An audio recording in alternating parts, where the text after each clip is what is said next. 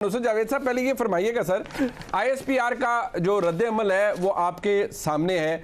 उन्होंने इमरान खान साहब को कानूनी रास्ता इस्तेमाल करने का मशवरा भी दिया और तंबीह की है और ये भी कहा है कि झूठे और बेबुनियाद इल्ज़ामात ना लगाए जाएं, जबकि इमरान खान साहब की दुहाई आपके सामने है और फवाद चौधरी साहब का मौक़िफ़ आपके सामने। योर टेक सर, क्या इमरान खान साहब का जो इवन ट्वीट्स के अंदर वो फरमा रहे हैं कि क्या मुझे तो मेरा बुनियादी हुकूक ही मेरे सल्ब कर लिए गए, मुझे तो मेरी मर्जी की FIR भी करवाने नहीं दी गई।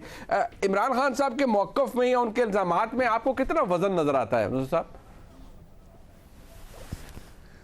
देखिए जी, सच्ची बात है, हमें बिल्कुल ठंडे तरीके से पहले मुझे एक कैविएट देने दें। दो बातें मैं ज़रूर कहूँगा। बदकिस्मती से पाकिस्तान में लियाकत अली ख़ान के कत्ल से लेकर इस तरह की फ़ज़ा रही है कि सियासतदान ये महसूस करते रहे हैं कि लीडरशिप को एलिमिनेट करने के लिए खुफिया एजेंसियों का किरदार रहा है। एक बात ये है, हम इस तारीखी पस मंज़र को जो है इग्नोर नहीं कर सकते। ठीक। दूसरी बात यह है कि जो कुछ आज ISPR ने फरमाया सर, उसके बारे में मैं कोई राय देने के इसलिए काबिल नहीं हूँ कि जब ये मुअज़्ज़ज़ इदारा जो है हम सहाफ़ियों को, जाहिलों को 5वीं पुश्त की अबलागी जंग के लिए तैयार कर रहा था, तो मैं बदनसीब जो है वो के लिए भर्ती के भी काबिल नहीं समझा गया था। उस वक्त भी मैं ये रोता रहा कि भाई साहब, मीडिया हैंडलिंग आपका काम नहीं है। बरतानिया बहुत बड़ा साम्राज्य था, उसकी ममलकत में, उसकी सल्तनत में सूरज भी गरूब नहीं होता था साहब। जब उन पर बिपता पड़ी तो वो फैज़ अहमद फैज़ को लेते हैं, हफीज़ जलंधरी को लेते हैं, सादत हसन मंटो को लेते हैं कि यार हमारे लिए स्टोरी स्पिन कीजिए। ये कहने के बाद अब आ जाएं आगे। आपने जैसे इंट्रो में बिल्कुल सही फरमाया कि इमरान खान साहब की हमारे साथ कम अज़ कम ख़ास तौर पर मेरी ज़ात के साथ तमाम तर मोहब्बत के बावजूद जब उनके ऊपर वज़ीराबाद पर कातिलाना हमला हुआ तो मैंने बग़ैर किसी तहफ़्फ़ुज़ के, जिस तरह आपने इंट्रो में कहा है, बहरहाल अगर हम एक और कदावर रहनुमा से महरूम हो जाते तो ये पाकिस्तान के लिए बहुत ट्रेजिक बात होती और इसकी होनी चाहिए। लेकिन एक बात अब मैं जहां पे आपसे इख्तलाफ करूंगा, आप बार बार ये कह रहे हैं कि इमरान खान साहब कह रहे हैं कि मेरे ख्याल में, सर आपने जो ट्वीट्स पढ़ी हैं जी, उन ट्वीट्स के बाद अब मेरे ख्याल वाली बात नहीं रही। अच्छा जी, देखिए अब खान साहब का फरमाना ये है, मेरे और आप जैसे जाहिल इग्नोर आदमी तो अभी तक ये समझते रहे हैं कि खान साहब पर वज़ीराबाद में कातिलाना हमला हुआ है, जिसकी अभी तक उनकी तशफ़ी के मुताबिक तफ्तीश नहीं हो पाई है। लेकिन अब वो कह रहे हैं कि उन पे 2 अटेम्प्ट हुए हैं।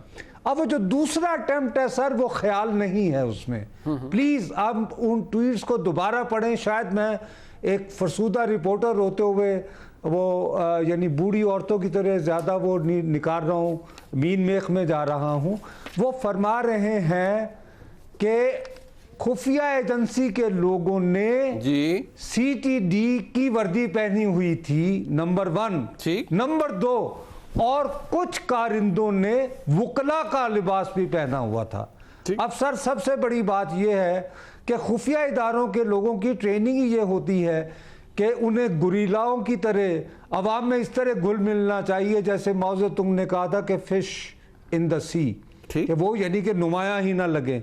अब यकीनन अगर ये फरमा रहे हैं तो एक तो वाकई अगर खुफिया एजेंसी के लोगों ने CTD की वर्दी पहनी हुई थी, वकला का वो काला कोट पहना हुआ था और खान साहब ने उन्हें पहचान लिया, तो उनको तो इसी में सस्पेंड कर देना चाहिए कि यार तुम तो फड़े गए, तुम तो पहचाने गए। अच्छा, अब जब ये इतना बड़ा इल्जाम लगा रहे हैं तो ये ख्याल वाला मुनीम नहीं रहा है। अच्छा जी, अब ये है कि इनके पास यकीनन उन लोगों के नाम नहीं तो उनकी तस्वीर होंगी 5-6, उनके गिर्द दायरे लगाएं। इनकी माशाल्लाह बड़ी अच्छी वो तंजीम है, बहुत अच्छे उनके फोटोग्राफर हैं। वो कहें कि जनाब ये मुंदरजा झेल हजरात थे जो कि जब मैं जुडिशल कमीशन में पेश हुआ तो वो CTD की वर्दी और ये पहन, अगर ये नहीं करेंगे सर तो फिर उसके बाद आप यकीन माने सर इनके मसाइल में इजाफा होगा और मैं नहीं चाहता कि इनके मसाइल में इजाफा हो।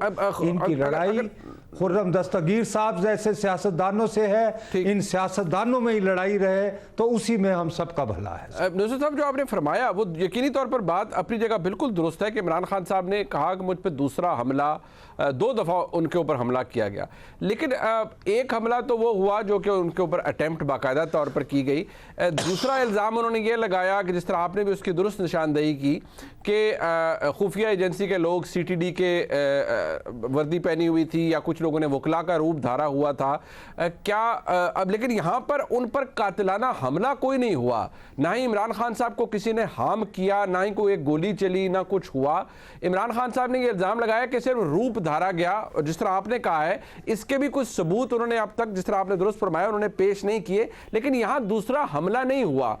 अगर तो हमला होता और इमरान खान साहब पर कोई अटैक होता, खुदा न खास्ता गोली चलती या कुछ होता, तो फिर तो मुझे और आपको बात समझ आती कि ये दूसरा हमला हुआ है। मुनीर साहब देखिए, फिर भी चलें जी, आप अटेम्प्ट की बात कर लें, मैं आपसे दोबारा मैं एक और बात करता हूं। अब इस बात को छोड़ें, why he has to now come out with some evidence if he has it, क्योंकि आप कैटेगोरिकली कह रहे हैं कि वहां उन्होंने वर्दी और वकला के काले कोट पहने हुए थे। ठीक सर, आप मुझे एक बात बताएं, आप पाकिस्तान के साबिक वजीर आजम रहे हैं जनाब इमरान खान साहब, आपको जब अदालत में जाना पड़ता है तो आप सर के ऊपर वो पहन के आ रहे हैं जी। ये विजुअल सर आज की दुनिया में, पूरी दुनिया में जाते हैं। बिल्कुल। आप मुझे बताइए मुनीब साहब, आप जाइए किसी मल्टीनेशनल के पास जी, उसे कहें कि आइए पाकिस्तान में जो है आप इन्वेस्ट करें, वो आएगा? वो कहेगा यार तुम्हारे यहाँ तो साबिक वजीर आजम अदालत में इस तरह जाता है, मेरी कंपनी को मसला हुआ तो मैं क्या करूंगा? बिल्कुल ठीक, बिल्कुल ठीक। प्लीज इसकी इम्प्लीकेशंस हैं, इनके ट्वीट ना भी हो, ये विजुअल्स, हाँ ये काफी डैमेज है। विजुअल्स बिल्कुल ठीक, बिल्कुल ठीक। प्लीज फॉर गॉड सेक, हाँ, बिल्कुल ठीक है। ये आपके यकीन, ये काफी तशवीशनाक मामला है।